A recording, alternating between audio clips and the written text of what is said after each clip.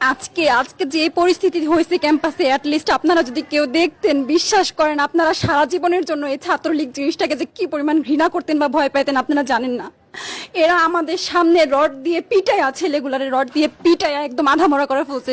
তারা এসে আমাদের পেছনে লুকাইছে, আমাদের বোরকার পেছনে, আমাদের ওড়নার পেছনে লুকায় বলে, আপু আমাদের একটু লুকায় রাখেন, আমাদের ওরা মাইরা ফেলবে, আমাদের বাঁচান আপু বাঁচান। আমরা তাদের ওড়না দিয়ে বোরকা দিয়ে লুকায় রাখছি, সেইখান থেকে আমাদের ধাক্কা দিয়ে ফেলে দিয়ে তাদের বের করে আবার মাথায় রড দিয়ে মারছে। এমন অবস্থা। এবং তারা আমাদের ক্যাম্পাসের পরিচিত মুখ, আমরা চিনি তাদের, তারা এই অবস্থা করছে, রাস্তায় একদম শোয়াই ফেলছে।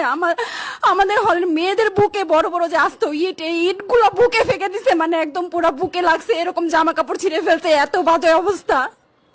অথচ আমার ব্যাচমেট, আমরা যাদের সাথে ক্লাস করি একসাথে বসি, আমি তাদের একটা কথা বলতে দেখি না এগুলো নিয়ে, একটা কথা না। এবং তাদের নিউজ ফিডে গেলে দেখবেন তারা এখন এগুলাই সাপোর্ট করে যাইতেছে।